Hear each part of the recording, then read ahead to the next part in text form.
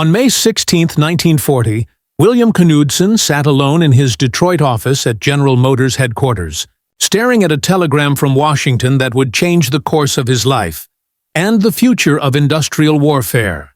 President Franklin Roosevelt had just proposed something that seemed unthinkable. America must build 50,000 military aircraft per year. Knudsen, president of the largest manufacturing company on Earth, knew exactly what that meant. He controlled 200 factories, 350,000 employees, and earned more than any other executive in America. Yet even he understood the enormity of what Roosevelt demanded. In 1939, the entire country had built fewer than 3,000 military aircraft. The total number of planes in the U.S. Army Air Corps barely reached 1,700, most of them outdated. Roosevelt's target wasn't just ambitious, it was a declaration that America was preparing for war on a scale the world had never seen. And Knudsen knew that if such production was needed, war was coming soon. Within weeks, Roosevelt called Knudsen to Washington to lead the nation's industrial mobilization. He accepted without hesitation. It was May 1940. France was falling. Belgium and the Netherlands were gone, and Hitler's armies were pushing toward the English Channel. Britain stood alone. Roosevelt was asking American industry to do the impossible: build an air force larger than the rest of the world combined. In Berlin, Hitler and his generals laughed. German intelligence analysts studied Roosevelt's claims and dismissed them as propaganda. America, they reasoned, was a country of farmers and automobile builders, not warriors. Their reports insisted the United States lacked the skilled labor, precision tools, and raw materials to produce more than 15,000 aircraft a year. Hermann Göring himself mocked the idea, saying Americans could build fine refrigerators, but not complex aircraft that required German engineering precision. Hitler believed him, and that belief would become one of history's most catastrophic miscalculations. But in Detroit, one man thought differently. Charles "Cast Iron Charlie" Sorensen, Ford's brilliant vice president of production, believed Roosevelt's numbers weren't fantasy.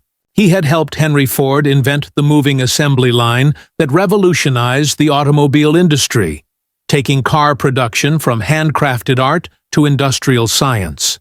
Sorensen understood what the Germans didn't: that the principles of mass production could be applied to anything, even aircraft.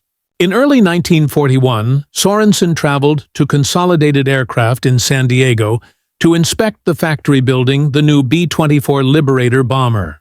What he saw appalled him. Workers were hand-fitting parts without blueprints, measuring by eye, filing edges, drilling holes by hand. Each aircraft was unique. One bomber per day was considered an achievement. To Sorensen, it was madness. He spent that night in his hotel room sketching a plan that would forever change industrial warfare. A factory that could mass-produce heavy bombers just like cars, one every single hour. By dawn, he had drawn the layout of what would become Willow Run. Reuben Fleet, head of Consolidated, laughed at the idea. Planes were not cars, he said. But Sorensen didn't blink. Either Ford built complete bombers, or they wouldn't build at all. Fleet agreed, certain Ford would fail. Sorensen returned to Michigan and convinced Henry Ford to construct the largest factory the world had ever seen. A mile-long assembly line designed to build B-24 bombers at industrial scale. Construction began in April 1941, 35 miles west of Detroit, near Ypsilanti, Michigan. Architect Albert Kahn designed a colossal L-shaped building covering 3.5 million square feet, with its own power plant, hospital, and airport. The project cost nearly $47 million, over $800 million in today's money. The sheer scale was unprecedented. 44,000 tons of steel, 400,000 board feet of lumber, and enough concrete to pave a highway from Detroit to Chicago. German intelligence learned of Willow Run's construction but dismissed it again as American overconfidence. They believed the factory would never work. When production began in October 1941, it seemed the Germans were right. Month after month passed without a single completed bomber. Newspapers mocked it as "Will it run?" a joke that stung Ford's pride. Senators investigated the project, questioning whether Ford's automobile expertise could ever translate to aircraft manufacturing. The problems were immense. Workers trained to shape steel mangled the softer aluminum. Tools designed for car parts crushed delicate aircraft components.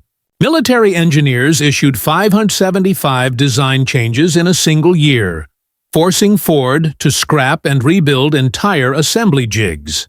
By February 1942, 9 months in, Willow Run had produced exactly 0 bombers. But Sorensen refused to quit. He reorganized production, retrained workers, redesigned tools, and divided the B-24 into 11 major assemblies and 69 sub-assemblies. He built training schools that educated 8,000 new workers per week. Every defect became a lesson. By September 1942, the first complete B-24, the Spirit of Ypsilanti, rolled off the line. It wasn't combat-ready, but it flew, and that was enough. By early 1943, Ford was producing dozens of bombers per month. By spring, hundreds. Then the miracle happened.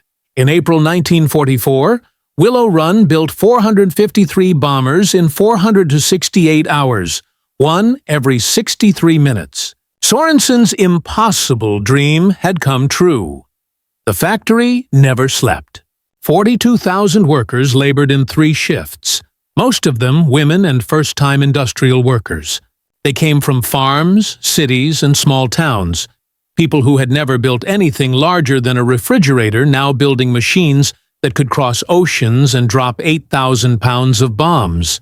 The government built an entire city, Bomber City, to house them, complete with schools, clinics, and stores. A highway was constructed just to move workers to and from the plant. Willow Run became the beating heart of the arsenal of democracy. And Willow Run wasn't alone. Boeing in Seattle, Douglas in Long Beach, North American in Inglewood, and Lockheed in Burbank all adopted assembly line methods. By 1944, the United States was producing 96,000 military aircraft per year, nearly double Roosevelt's original goal. Germany built 120,000 planes during the entire war. America built 300,000. Each bomber, fighter, and transport rolled from an assembly line with precision that defied belief. P-51 Mustangs escorted bombers all the way to Berlin and back. B-17 Flying Fortresses and B-24 Liberators blanketed Europe in daylight raids of hundreds, sometimes thousands, of aircraft. When the Luftwaffe shot one down, another replaced it the next week. German fighter ace Adolf Galland later said it felt like trying to stop an avalanche. You could destroy a few, but the mass never stopped coming. By 1944, American air power was unstoppable. In the Battle of the Bulge, when fog lifted on December 23rd, the skies filled with American planes, thousands of them, obliterating German tanks and supply columns. Within days, the offensive collapsed under relentless bombardment. A German officer later described it as an industrial hell. It was the final proof that America's true weapon wasn't just its army or navy. It was its factories. By war's end, Willow Run had built 8,685 bombers, helping the United States achieve production levels the Axis could never match. Charles Sorensen, who had engineered that miracle, was forced out of Ford in 1944 before the war ended. He received no medal, no official credit, but history would remember him as the man who proved America could build anything. William Knudsen, the executive who had once doubted Roosevelt's goal, became a lieutenant general and oversaw industrial mobilization across the nation. After the war, he said simply, "Victory was decided in the factories, not on the battlefields." He was right. Roosevelt's arsenal of democracy wasn't just a slogan. It was the literal truth.